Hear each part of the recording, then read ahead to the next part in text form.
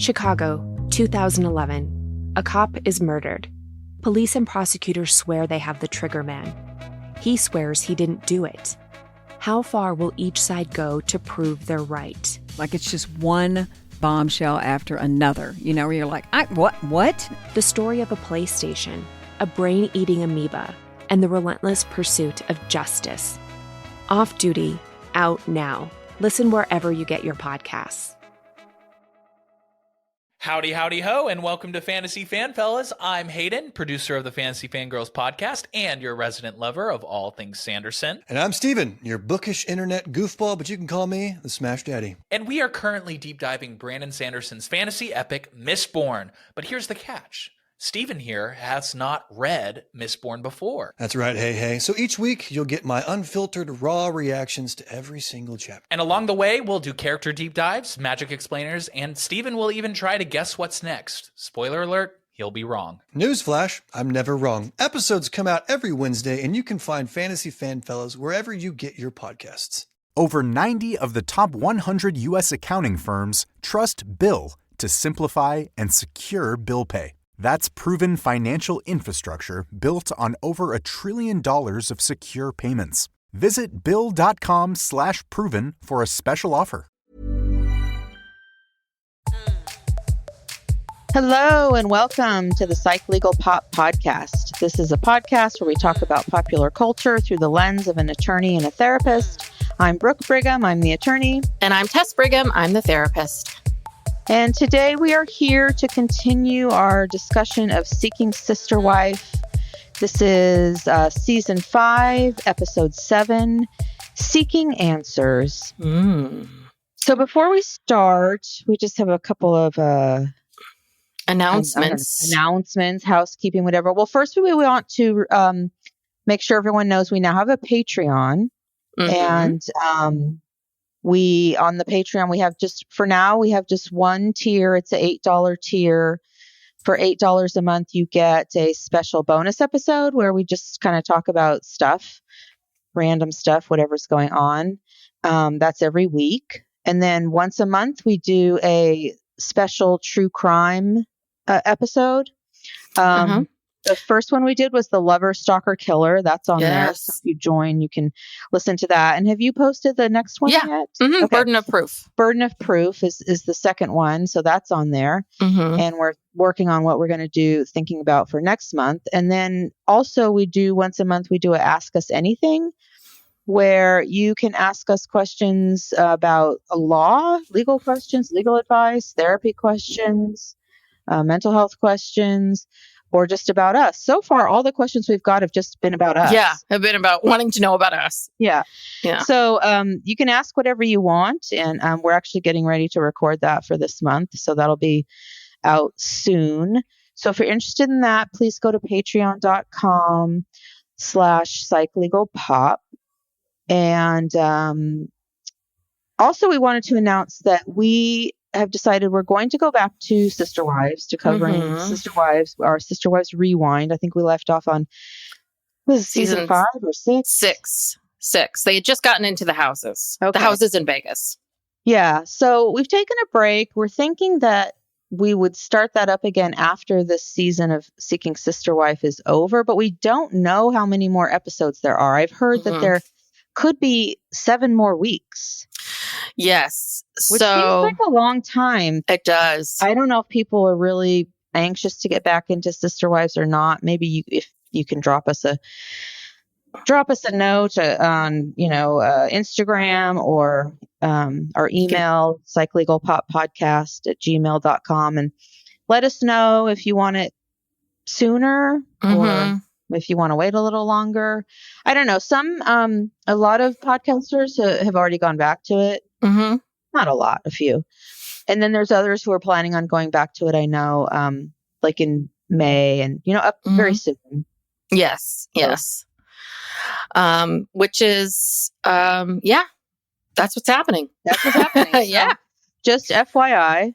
But we want people to let us know if they want the Sister Wives coverage sooner, that we maybe start releasing some episodes of just Sister Wives, like as a bonus. Yeah, Is that what we're okay. asking? We can't abandon Seeking Sister Wives. No. Because we have abandoned other shows. We just can't keep abandoning shows. I would never abandon this show. I love this show. Okay. So we're not going to abandon it. So No. so it's about adding it. Producer Steve's going to be annoyed. God damn it. I had to do this. But it's fine. And then I tell him, well, I can hire someone to do it. What? You can hire someone to do it? No, I need to do it. So that's my life. Yeah. Because we had already recorded a bunch of episodes. Oh, I so did you get the text messages that Steve's been sending you about that show? Show he wants to watch? Yeah. Oh my God. Producer Steve has been very upset because he has not been on the show. And we said, okay, if you have a show that you want to cover, like pitch it to us. He pitches it to us like via email, like text message. And then 5 minutes later, he comes up to me. Have you read it? Have you looked at it? Have you talked to Brooke? I'm like, no, we'll talk about it when we talk about it. It was when you were out of town. I was like, we'll talk about it when we talk about it. Like, she's out of town. She's going, or you're about to leave to go see Layla. I'm like, she's going out of town. Like, let it go. And then every time I would talk to you, did you talk to her about it? Did you? And I said, no, you've got to like make a separate thing. And then he's like, well, read the articles. I said, no, just pitch me like 60 seconds. Like, I don't have time to read a bunch of articles. So he gave me the pitch. The show it's called Baby Reindeer. It sounds really interesting. It's based on a true story, kind of, sort of, I think. But the show is, it's not reality. It's scripted, but it's based in a true story. It actually sounds really good. And I guess some controversy about it has come up in regards to this woman that was the stalker.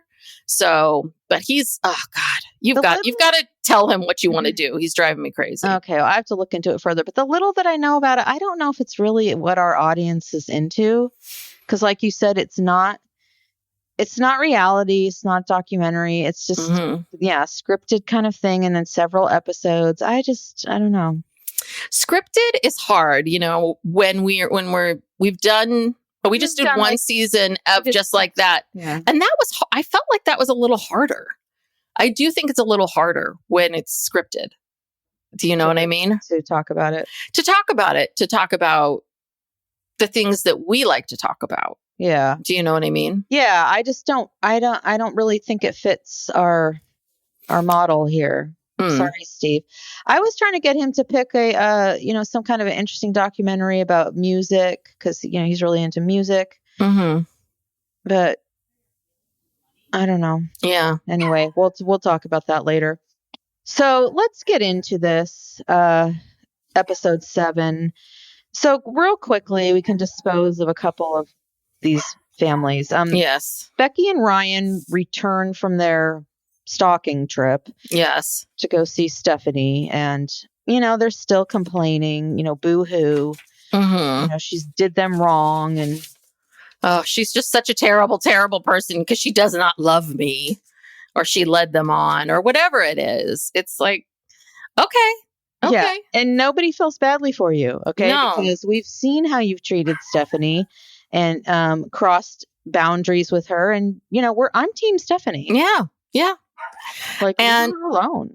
And Stephanie has the right to say one day, yes, I want you to come visit. And the next day, no, I don't. And the thing is we don't even know exactly what happened. Mm-hmm. Do you know what I mean? It is possible that in their twisted minds that they reached out to Stephanie and said, we want to come visit. And maybe she said, okay, well, maybe, I don't know. And then they kept pressing her and she could have been like, well, no, this isn't going to work this weekend.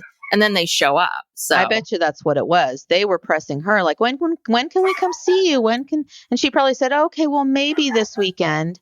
And they interpreted that as she was inviting them for the weekend. And then she was like, no, that's not what I meant. So yeah, I don't believe anything they say. They are nuts, but that's basically all that happened with them. Yes. They're going to keep, I guess, keep seeking. Yes. For 20 years. I mean, geez, you'd think the message from the universe, it's like, maybe this isn't for you. It doesn't seem to be working out. Yeah. Yeah. When you try something over and over and over again and it doesn't work, you've got to listen to that. There's a reason why it's not working. So listen to it. Yeah. Believe it. Listen to the universe. Believe it. Yes. Okay. All right. So we want to go to the Salahuddins. Salahuddins, yes. Yes. Now, I have a lot of questions about that. I just feel like their storyline makes no sense to me. But so allegedly, Naeem meets this woman, Alexus, which is spelled like the car, like a Lexus. Yeah. She's 26. He said he met her in a pool hall. And Nyla was there. Right. But who goes to a pool hall or calls it a pool hall? What is this, 1962? I mean, what? Maybe it's an East Coast thing. I think it's an East Coast thing. Oh, okay. It might be. They call things differently. They don't say purses. They say pocketbooks. Do you know what I mean? There's a few of these things. So I don't know. Maybe it's just a bar. But I think it's odd if she's not that you saw who she was. You saw how young she was. My guess is that she probably dressed pretty closely to how she dressed for this date. Like, what were you thinking? I feel like they did the same thing to this woman that they do to the mother-in-law.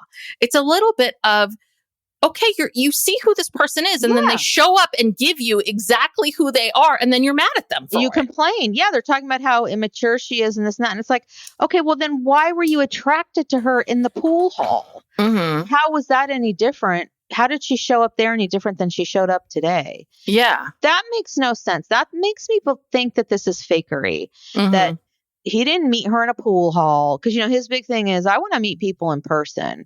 Okay, so they pretend like they went out to a pool hall and met her in person. I don't believe that. Yeah. I don't know where they found her or who found her, but this was set up. They were surprised by her like they'd never seen her before. They didn't like her. They didn't enjoy her.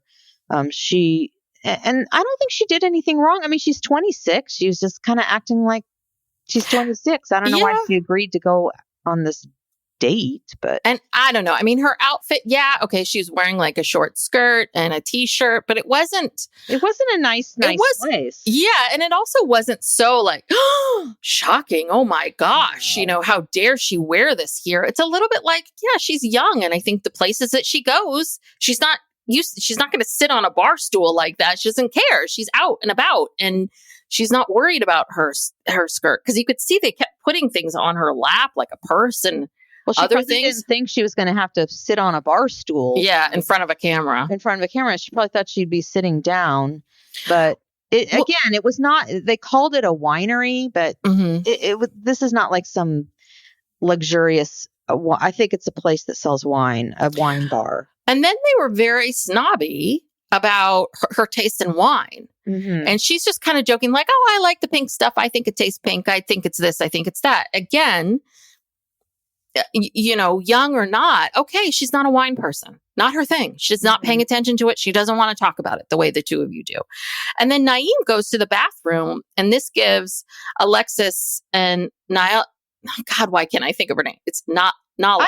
I don't know. I say Nyla, but I'm probably saying it wrong. Nyla. Maybe it's I've heard it Anyway, whatever. Nyla. So Nyla and Alexus, they sit down and talk about some things.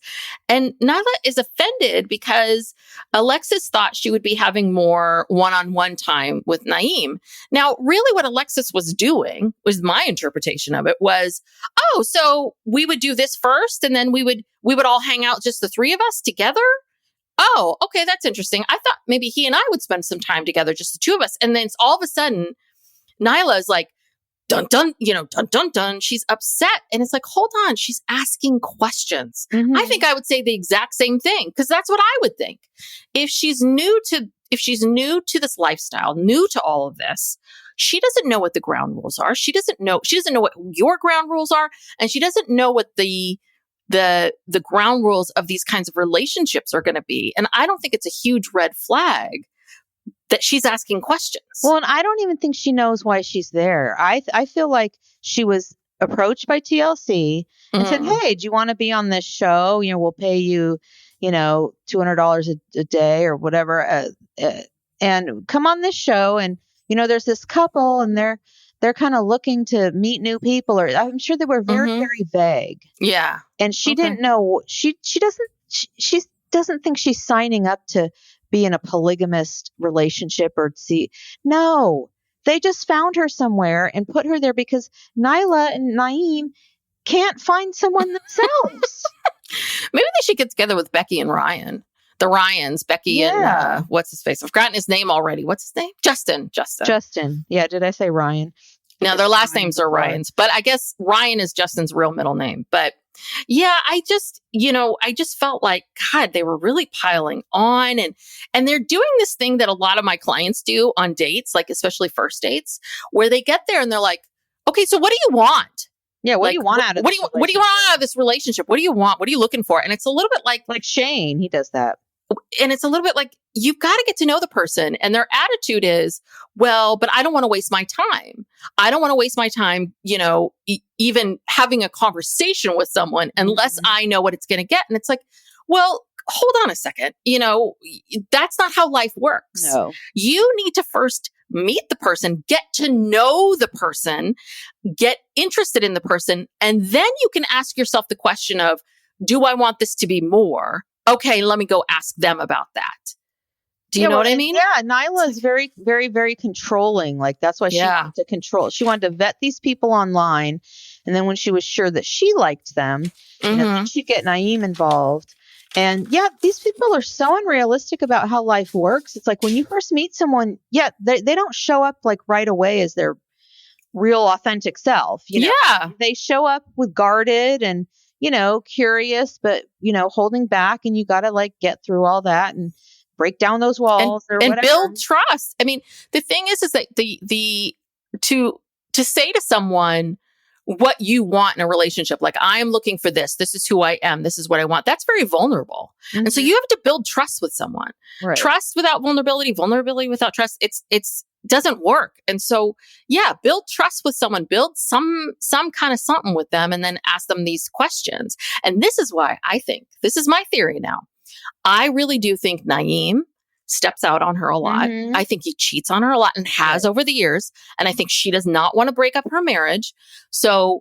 But she doesn't like this idea of him cheating on her. And I think with strangers right. At all. She doesn't want this at all. But I think she convinced herself, if we bring this other woman in and I control the entire process and everything and their access to him, I will feel better about this and I will be happier and I will feel like I have more control. 100%. And what's going to happen is she's going to finally think she found this person. The person's going to come in. She's going to get hurt. She's going to get jealous and it's going to go, yeah. Yeah.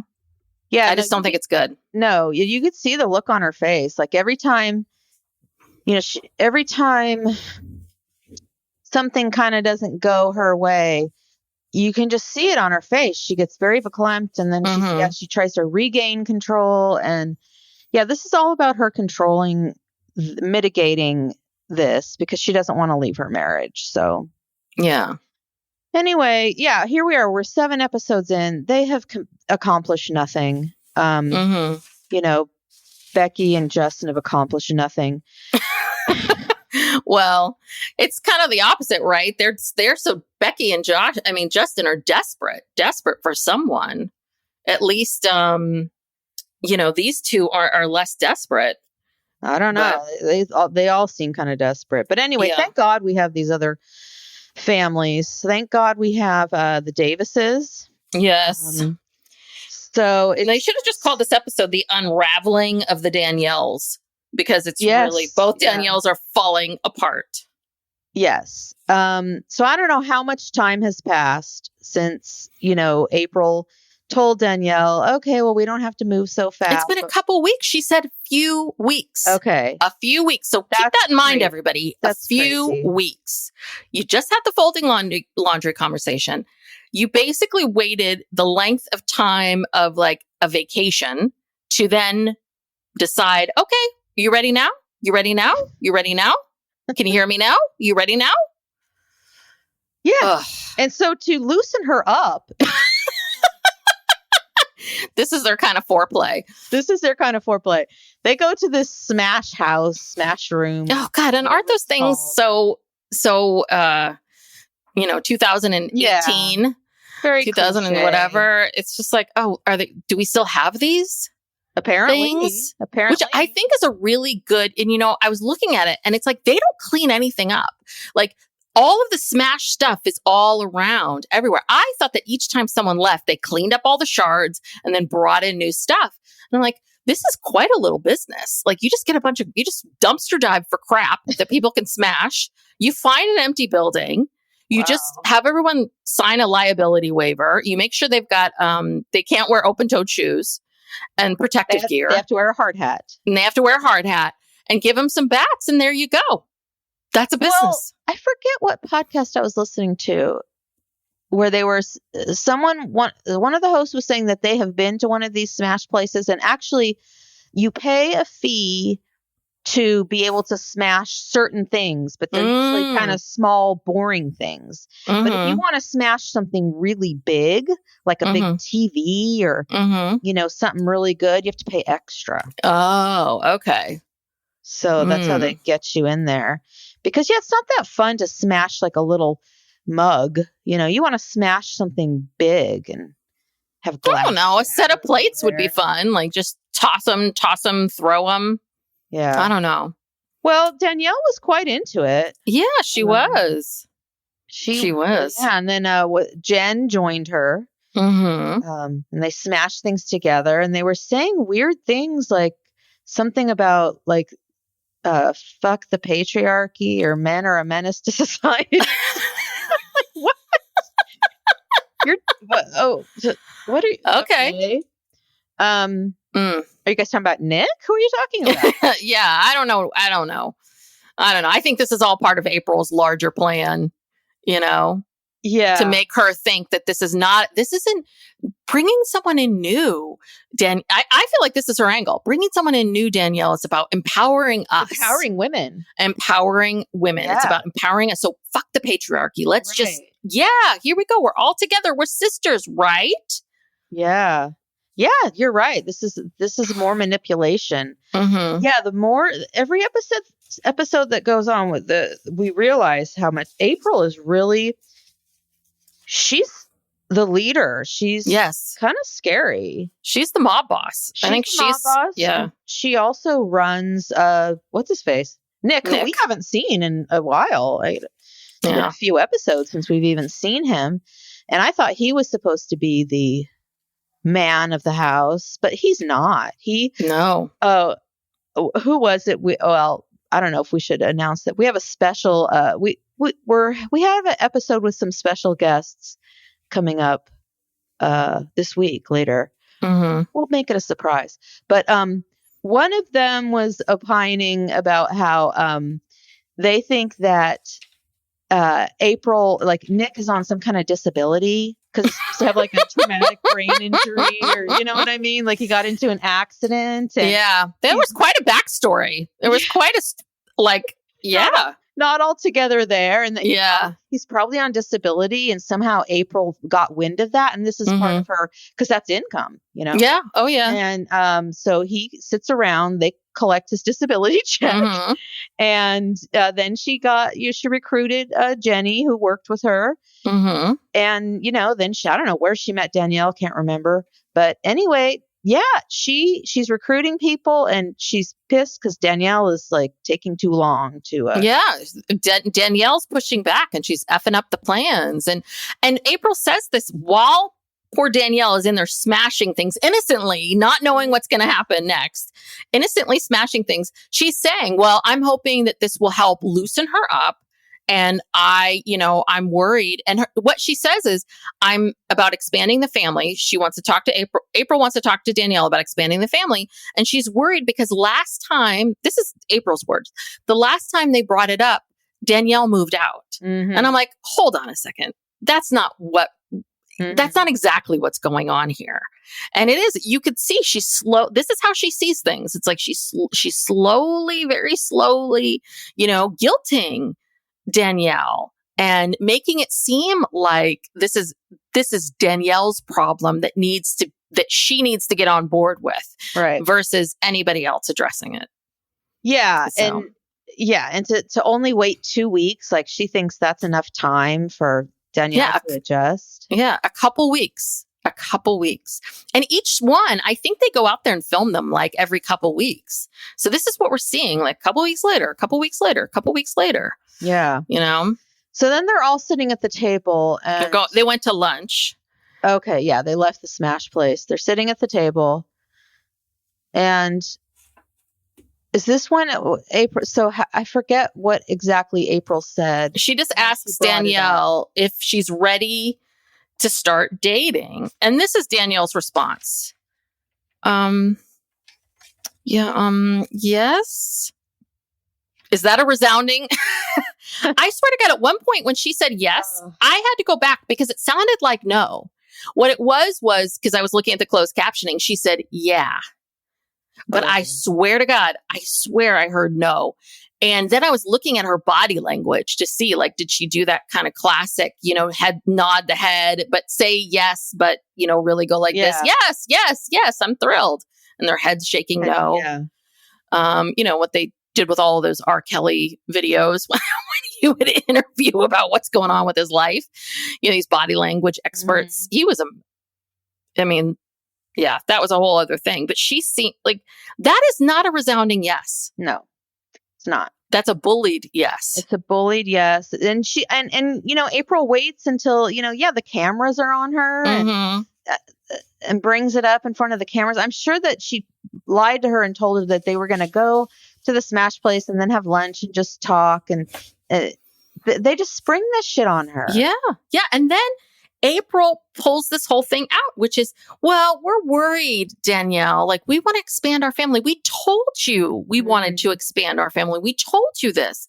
And we're worried that if we bring this up again or even talk about it, then that means, again. Yeah, you're going to leave us again. And we can't, that would be bad. I mean, can't have that. It's really manipulative. She really is.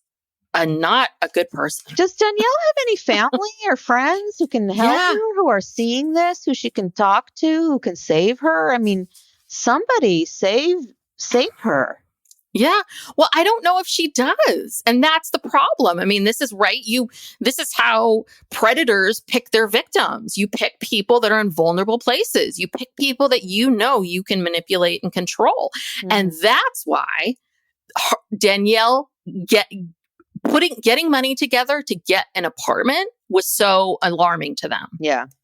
Because that was, whoa, that's way too you were thinking for yourself way too much. Yeah, that's way too much independence to think that you could do that and that you could get away with it. So she's clearly they clearly don't have control over her. Yeah. Yeah. I'm worried.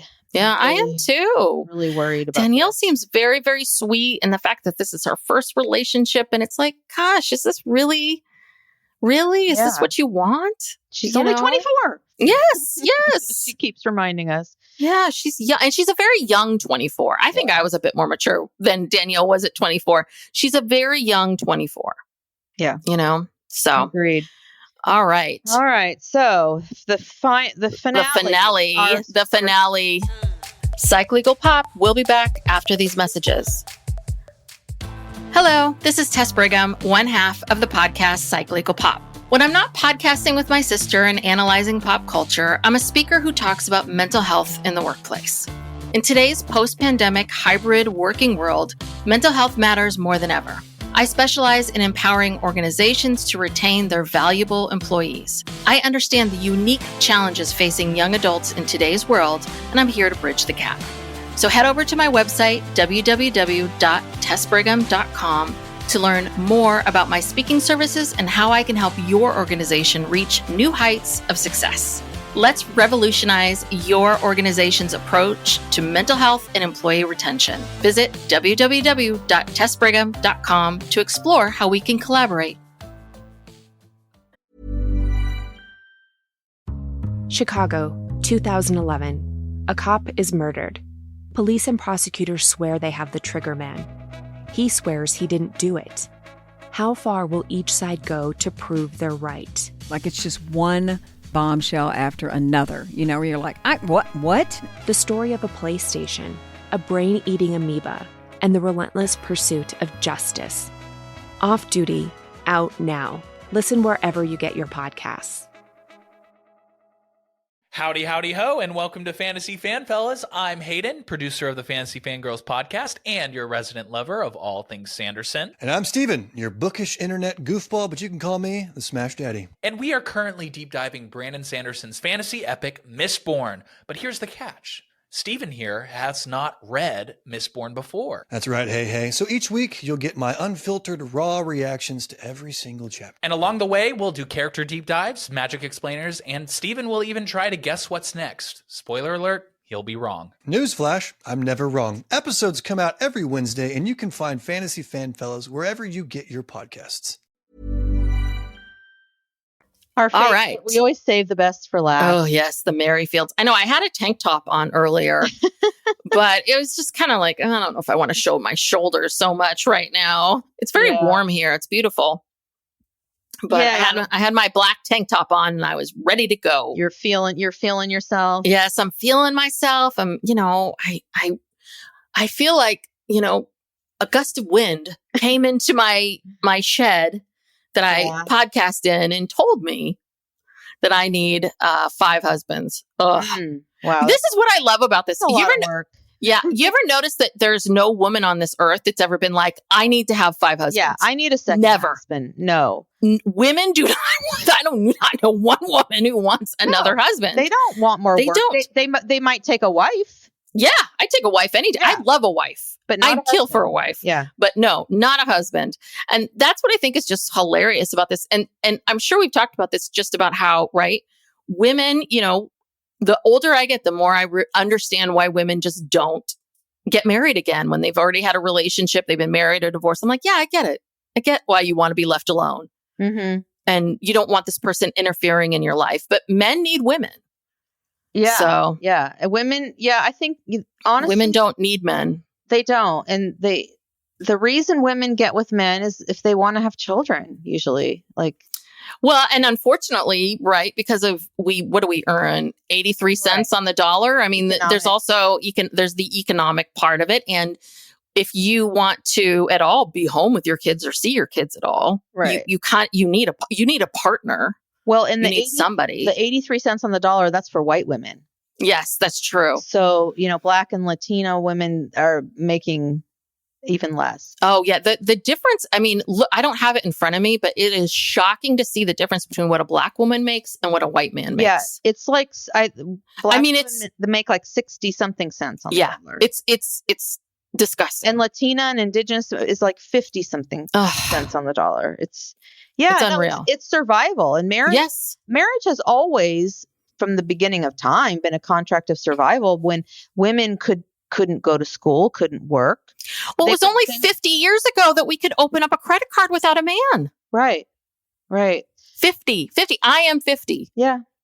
That is how long it's been. It was in the 70s. Yeah, no, it's crazy. And so, if you're a woman who can be single, that's a privilege. Mm-hmm. That's a very big privilege. So, and have kids. I mean, I think have kids and right. Do it all. So anyway, but Danielle's not interested in that, I guess. No, Danielle's just desperately holding on to this man that she somehow loves and is now convinced that she has to listen to him about everything. But this one, it was very interesting to watch and see this shift because Danielle is slowly unraveling because I think Danielle's starting to realize what's happening now. Mm-hmm. And it's really coming to a head. And I think that the other thing was too is I think she's starting to see, I don't know. What do you think? Do you think she's starting to see Garrick a little differently? Do you think before with Roberta, I didn't watch last season, you did. So do you think that before with Roberta, it was easier for Danielle to be like, we found this woman, we have this relationship with her and therefore Garrick must really love her and care about her and all of the things that he says he believes and that she believes. And that now that she's seeing that he is, boom, another woman from Brazil, 3 months, engaged, gonna leave you now, that she's starting to go, oh no. I think so. He's not as sincere as I thought he was. Yes. I think he is. Yes. And the other part that she's upset about is that, so Roberta really went out of her way to make Danielle feel special. and like they were sisters and had this close special bond. And so I think that made it palatable to Danielle.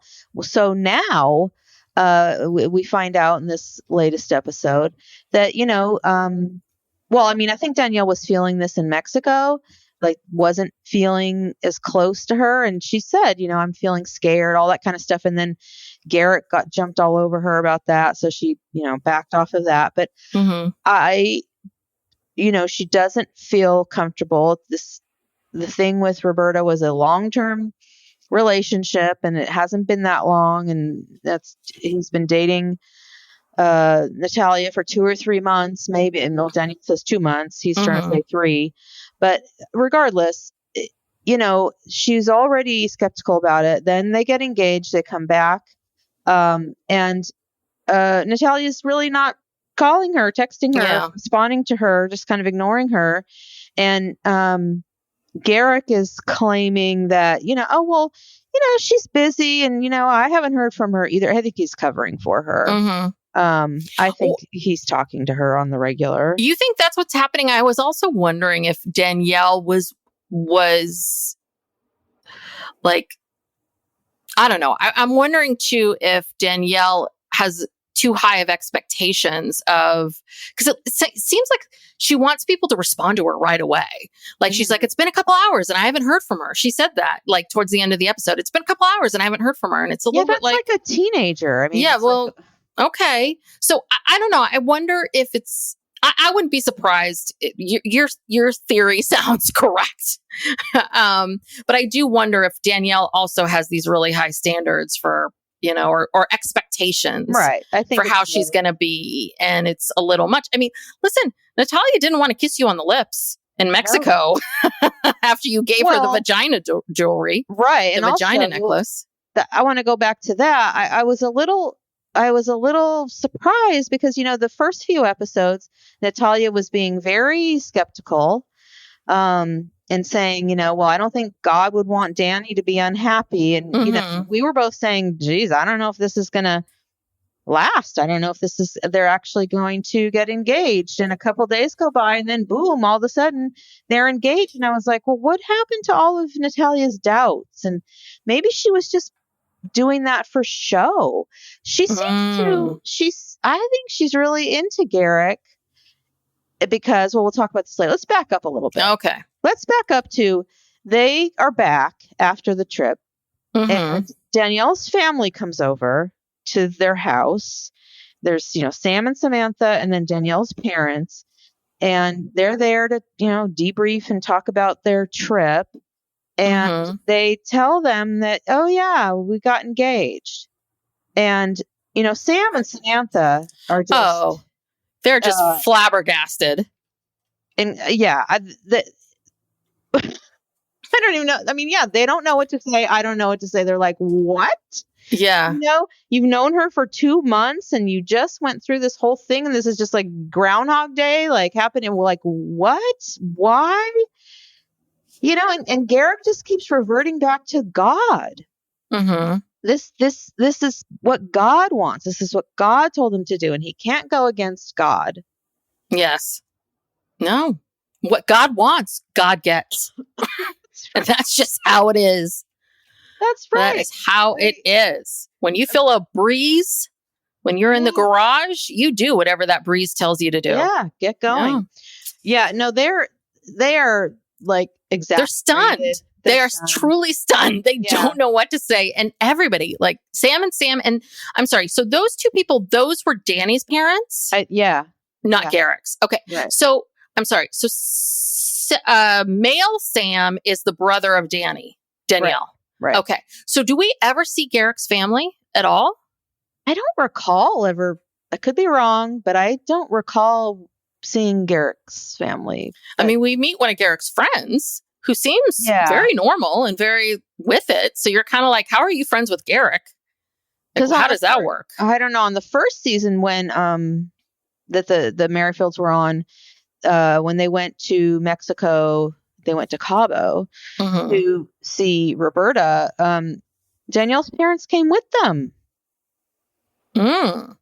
Okay. And Danielle's dad is like eyeing Roberta in the hot tub. And Oh, Jesus. it was really weird. And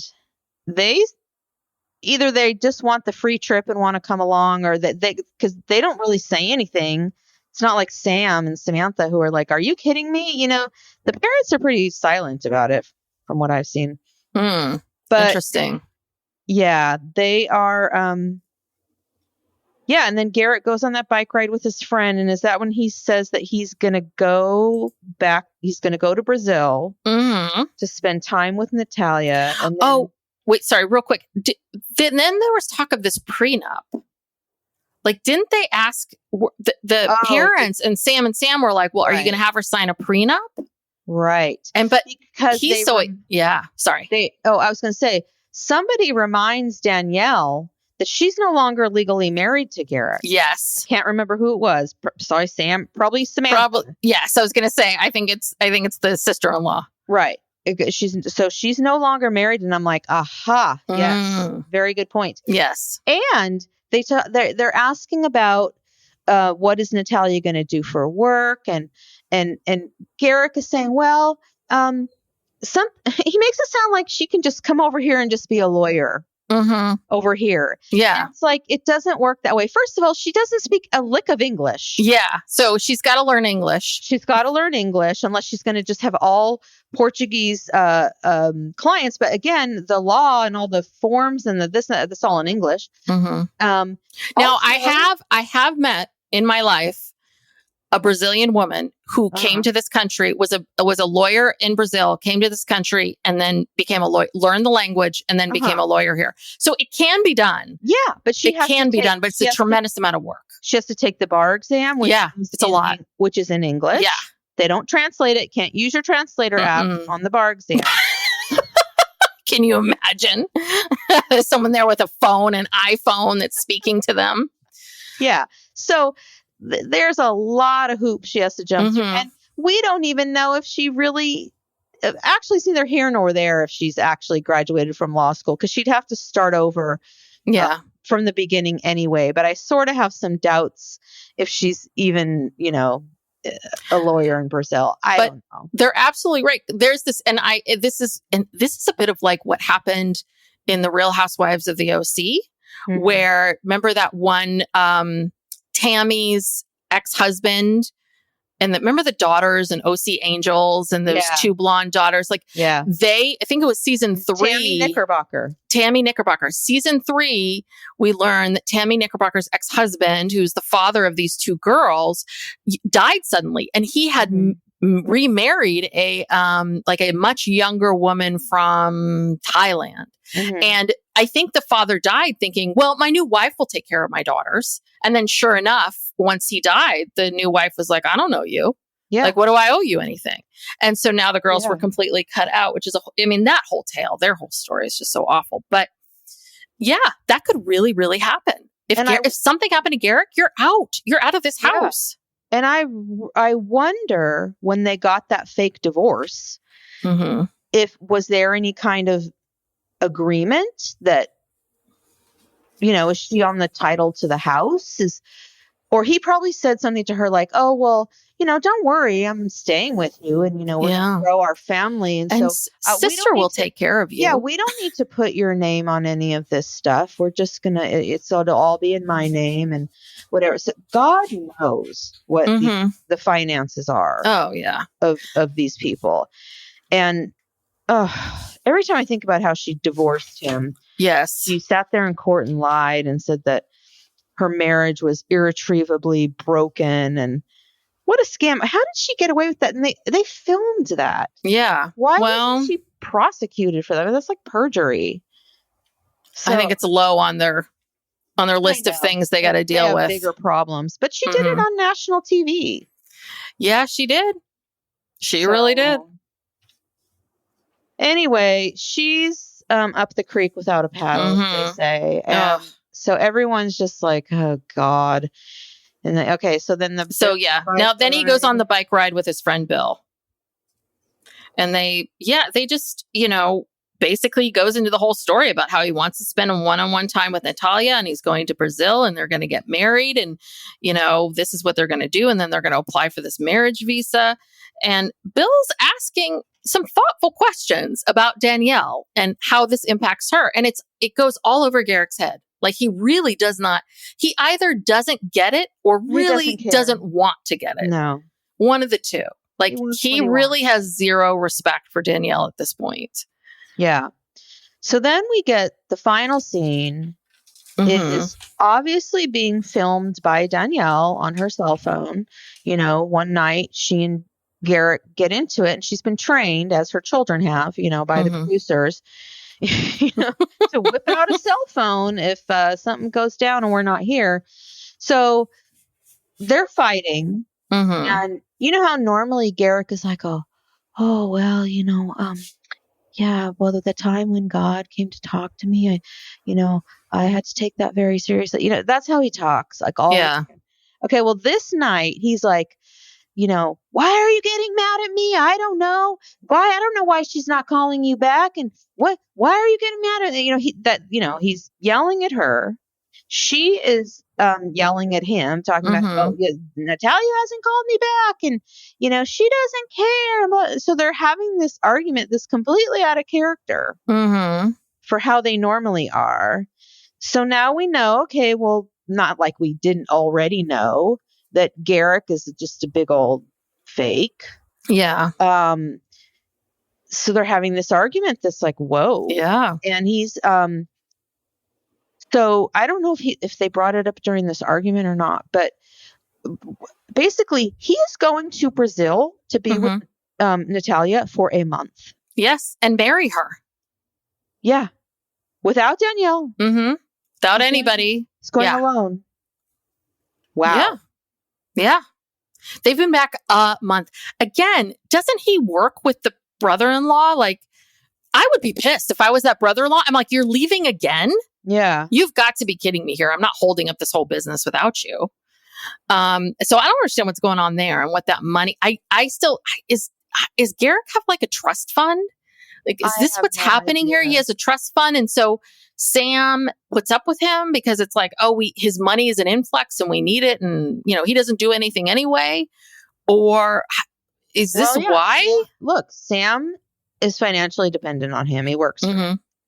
I don't know how big of a business this is or how successful. I thought they were partners. Are they partners, or is it Garrick's business and Sam works for him? I don't know. But either way, I mean, it's like, yeah, Garrick is just going off gallivanting, in search of, young Brazilian women. I don't know what he does. I don't know. Who knows?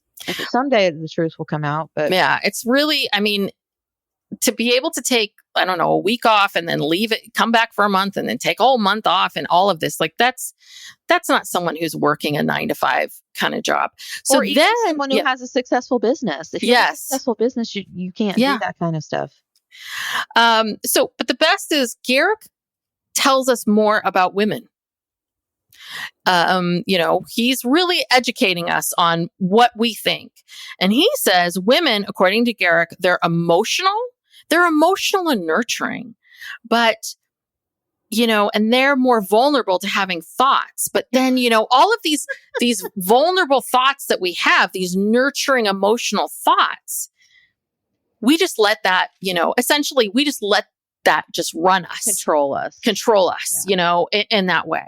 So basically what he's saying is, I don't want you to have any feelings. Like, when your feelings go against my feelings, then your feelings are too much and they're too emotional and it's all of those other things. That's essentially what he's saying, which is, again, the same dumbass thing that's been said from the beginning of time, which is like, women are, more needy and more emotional and blah, blah, blah. And I just like to say, you know what?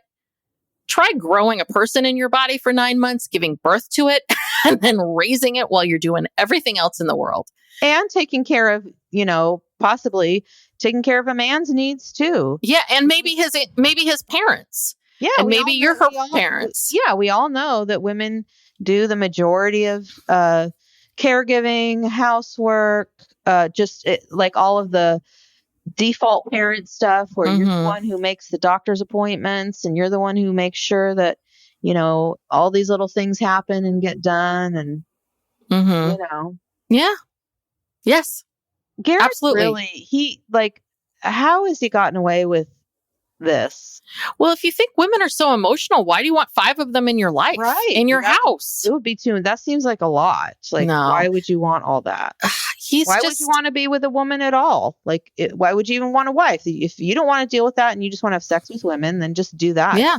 Drag them into your world. No, because you know what? He does want like a mommy. Mm-hmm. He wants a mommy to like take care of his house and take care of his kids and take care of all this stuff. Yeah. He wants the these women to dote on him. He does. Well, his friend Bill called him a crazy bastard. Even Bill, Bill says, he's a crazy bastard.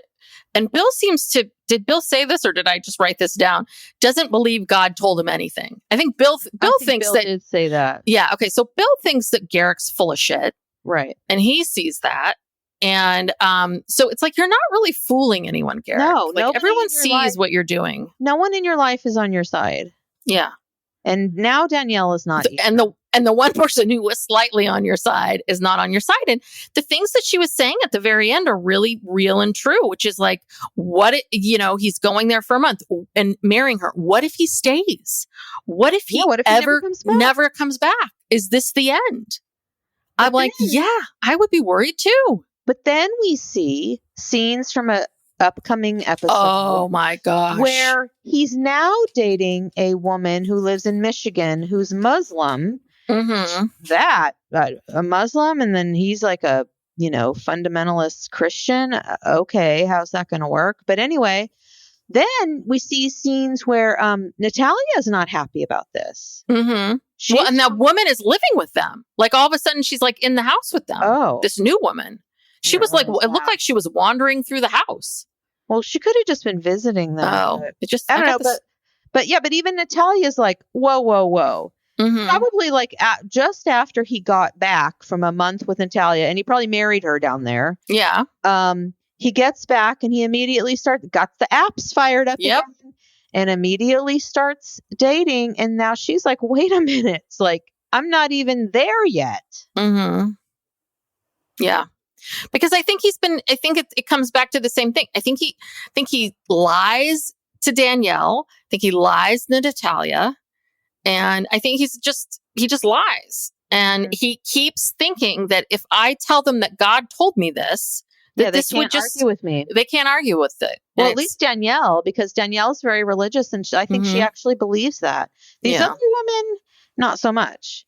Yes. I don't think they're going to believe this God whispered to me stuff. And poor Danielle, you know what the thing is? It's not even like Danielle can be like, F you, I'm leaving, goodbye, and leave him. She can, but does she have any legal rights anymore? I mean, her divorcing him in that moment. I know, to the property. Whatever leverage she had is gone. It's gone. Essentially what she can get, well, I don't know. If the two of them did separate tomorrow, what do you think?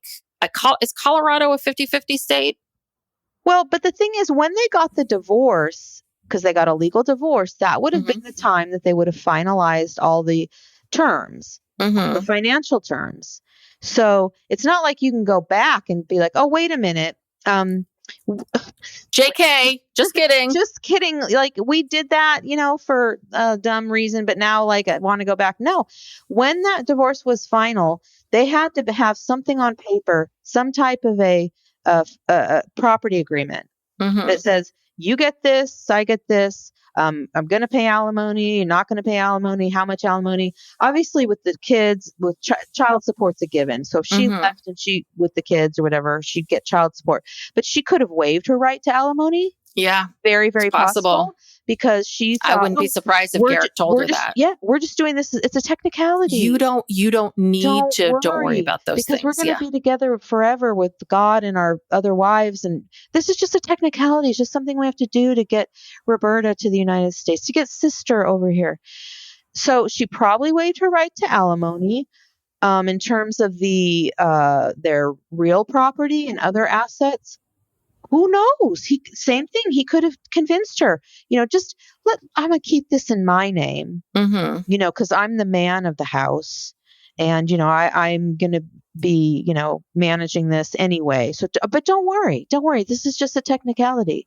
I bet you she has nothing on paper. Yeah. So it's not like now she can go back and be like, that was all a farce and I really need to get my rights back. It's over. Yeah. It's done with. Yeah. And so now, she's in a really tough spot. And really now she has a baby. Yes.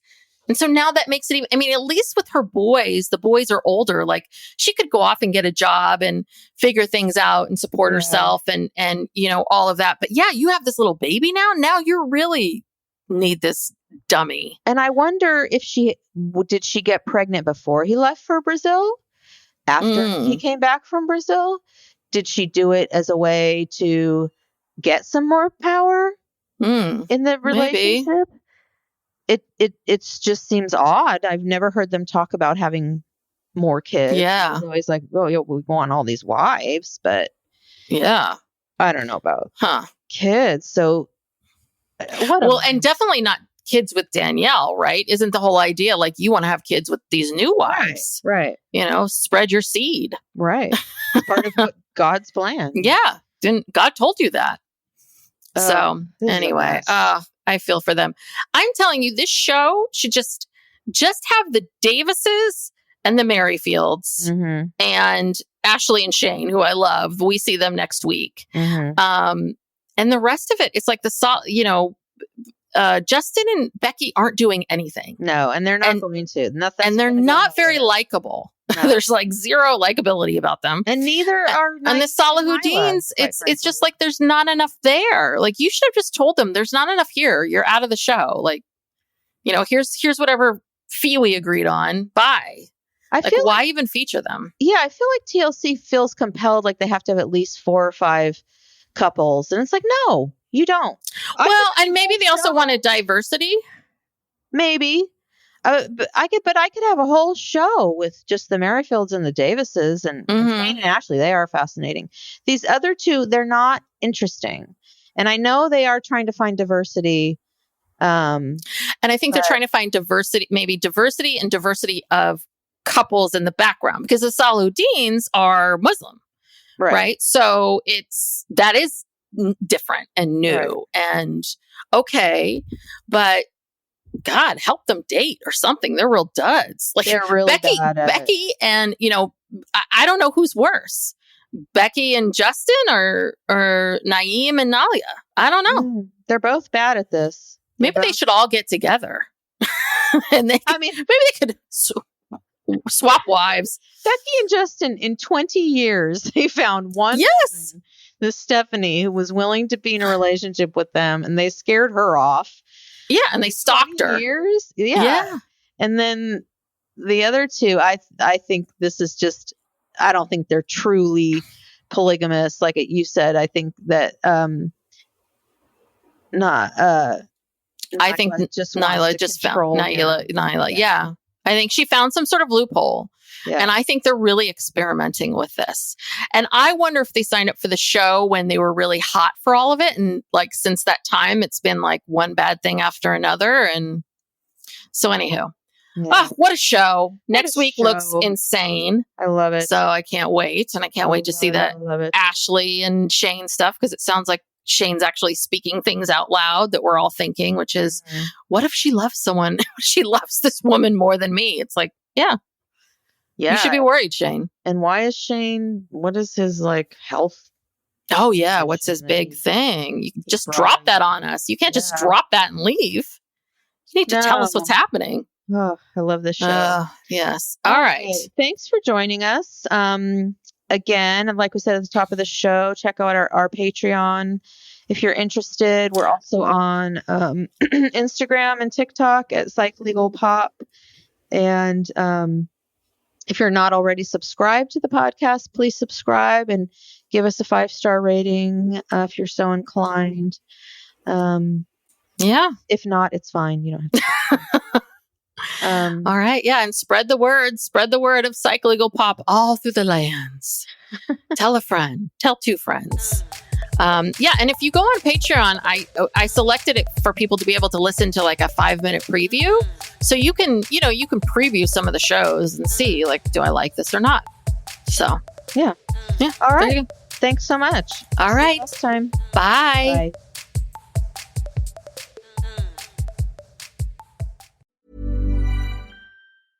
Howdy, howdy, ho, and welcome to Fantasy Fan Fellas. I'm Hayden, producer of the Fantasy Fangirls podcast and your resident lover of all things Sanderson. And I'm Steven, your bookish internet goofball, but you can call me the Smash Daddy. And we are currently deep diving Brandon Sanderson's fantasy epic, Mistborn. But here's the catch.